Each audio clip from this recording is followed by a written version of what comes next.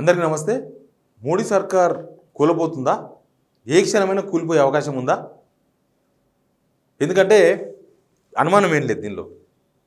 మల్లికార్జున ఖర్గే గారు మాట్లాడుతున్నారు, ఏ క్షణమైనా ఈ సర్కార్ కూలిపోతుంది, మళ్ళీ ఎలక్షన్ రావచ్చని. రాహుల్ గాంధీ గారు మాట్లాడుతున్నారు, మమతా బెనర్జీ గారు మాట్లాడుతున్నారు. వాళ్ళు మాట్లాడితే మాట్లాడని ఇక్కడ ఉన్న కాంగ్రెస్ నాయకులు కూడా మాట్లాడుతున్నారు. రీసెంట్గా రేవంత్ రెడ్డి గారు అన్నారు, ఈ ప్రభుత్వం ఎన్ని రోజులు ఉంటుందో చెప్పలేమని. సీఎం రేవంత్ రెడ్డి గారు వీటిని ఏమంటారంటే, వీళ్ళే ఇంతకుముందు మాట్లాడింది ఇవన్నీ పిల్లి శాపనార్థాలు ఏమన్నారు. ప్రభుత్వం వచ్చింది, మూడోసారి వచ్చింది, దేశంలో మూడోసారి ప్రభుత్వం రావడం అనేది ఒక హిస్టరీ.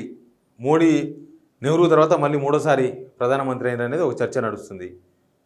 సరే, వాళ్ళకు బలం 292 ఉంది, వీళ్ళకున్నది 232, 34.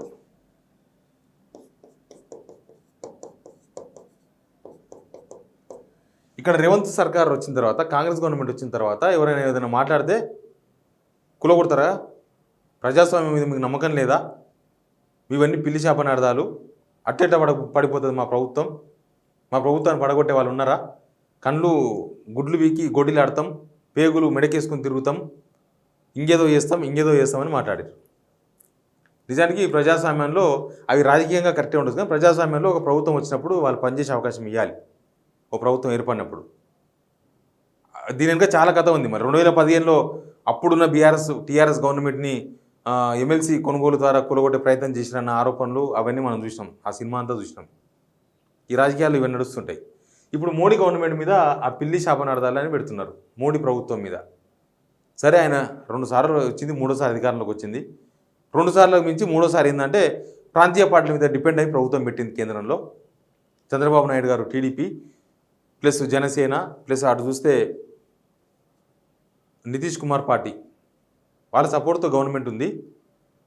కానీ ఏ క్షణమైనా పడిపోతుంది అనేది వీళ్ళు ఇస్తున్న సమాచారం. ఏ క్షణమైనా కూలిపోవచ్చు మోడీ ప్రభుత్వం. కూలిపోవాలంటే వీళ్ళకు 234 ఉంది కదా, వీళ్ళకి ఏం కావాలి? 272 మ్యాజిక్ ఫిగర్. ఎక్కడి నుంచి తీసుకొస్తారు? అంటే వీళ్ళు ఎవరు నమ్ముకొని గవర్నమెంట్ కూలిపోద్ది అంటున్నారు? ఎవరు వీళ్ళతో టచ్లో ఉన్నారు?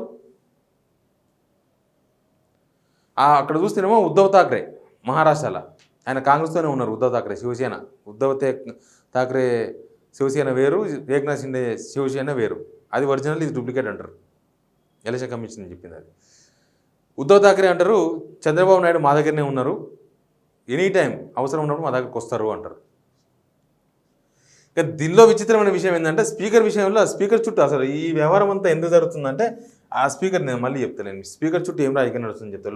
లోక్సభ స్పీకర్ ఎందుకు రాజకీయం చేస్తుందో చెప్తాను నేను. ఇప్పటికి ఈ వీడియో ఇక్కడ వరకు లిమిట్ అవుతా. ఎందుకు కాంగ్రెస్ వాళ్ళు ఆ పిల్లి శాపనార్థాలు పెడుతున్నారు?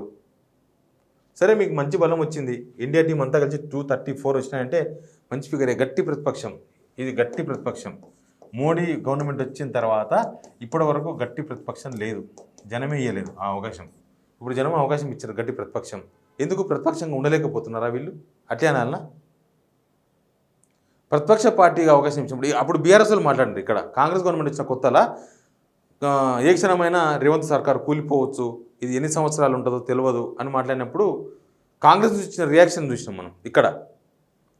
మరి అక్కడ కాంగ్రెస్ వాళ్ళు మాట్లాడుతున్నప్పుడు ఆ రియాక్షన్ దానేమనాలి అంటే, స్టేట్లో ఒకలాగా, సెంట్రల్లో ఒకలాగా, ఒక కాలు అక్కడ ఒక కాలు ఇక్కడనా? ఒకటే అంశం మీద 2 అభిప్రాయాలా? కాంగ్రెస్లో ఇట్లాంటి భిన్నాభిప్రాయాలు చాలాసార్లు వస్తాయి. అంటే రాజకీయం, వీళ్ళ రాజకీయం గురించి చెప్తున్నా నేను. ఉండని మోడీ సర్కార్ నడవని 4 రోజులు, ఏమైతే చూద్దాం. మీ దగ్గరకు వచ్చే వాళ్ళు కూడా ఎవరు లేరు కదా. ఇప్పుడు చంద్రబాబు నాయుడు వస్తారని మీకు నమ్మకమా? లేకపోతే నితీష్ కుమార్ వస్తారని నమ్మకమా? ఎవరిని నమ్ముకొని మాట్లాడుతున్నారో తెలియదు. ఈ ఈడీ ఐడి దాడులు, సిబిఐ ఇవి ఉంటాయి కదా, సిబిఐ దాడులు, ఈడీ దాడుల్లో కూడా కాంగ్రెస్ మిత్రపక్షాల మీద జరుగుతేనేమో అది కక్ష, కాంగ్రెస్తో లేని ప్రాంతీయ పార్టీల మీద దాడులు జరుగుతేనేమో అది నిజమే, అక్కడ అక్రమాలు జరిగినాయి, అక్కడ జరిగినాయి. కాంగ్రెస్ స్టాండు, సోనియా గాంధీ, రాహుల్ గాంధీ వాళ్ళ మీద కూడా ఈడీ విచారణ అవన్నీ నడుస్తున్నాయి కదా, అది కక్షపూరిత చర్య. అదే వేరే పార్టీ మీద అట్లాంటివి జరిగితే, కాంగ్రెస్తో సంబంధం లేని పార్టీ మీద జరిగితే అది తప్పు. అది మోడీ కరెక్ట్గా ఎవరైతే అవినీతి చేసినారో వాళ్ళనే పట్టుకున్నారు. ఇది జరగాల్సిందే, వీళ్ళు దొంగలు కాబట్టి ఈడీ జరుగుతున్నాయి. ఒకటే విషయంలో జనాలను తికమక పెట్టే స్టాండ్ ఇది. మోడీ ప్రభుత్వం పడిపోతుంది అని చెప్తున్నారు. మరి చూద్దాం నిజంగా పడిపోతుందా, వీళ్ళ శాపనార్థాలు, పిల్లి శాపనార్థాలు ఏమైనా పనిచేస్తాయా? అట్లాంటి సిచ్యువేషన్ కేంద్రంలో కనిపిస్తుందా? ఇప్పుడు చంద్రబాబు నాయుడు 16 ప్లస్ నితీష్ కుమార్ 12, 28 సీట్లు నమ్ముకొని 28 సీట్లను నమ్ముకొని మాట్లాడుతుందా ఇండియా టీం? ఒకవేళ 28 వస్తే కూడా వీళ్ళకి రావు కదా. 28 కలిస్తే కూడా కాదు, వీళ్ళ గవర్నమెంట్ రాదు. ఇప్పుడు గట్టి ప్రతిపక్షంగా పనిచేసే అవకాశం ఇచ్చిన జనం ఆ పని చేసుకోకుండా ఈ పని చేసే ప్రయత్నం చేస్తున్నారు. ఇది ప్రజాస్వామ్యం ప్రస్తుతం దేశంలో, రాష్ట్రంలో, అన్ని దగ్గర కూడా. Please subscribe signal TV.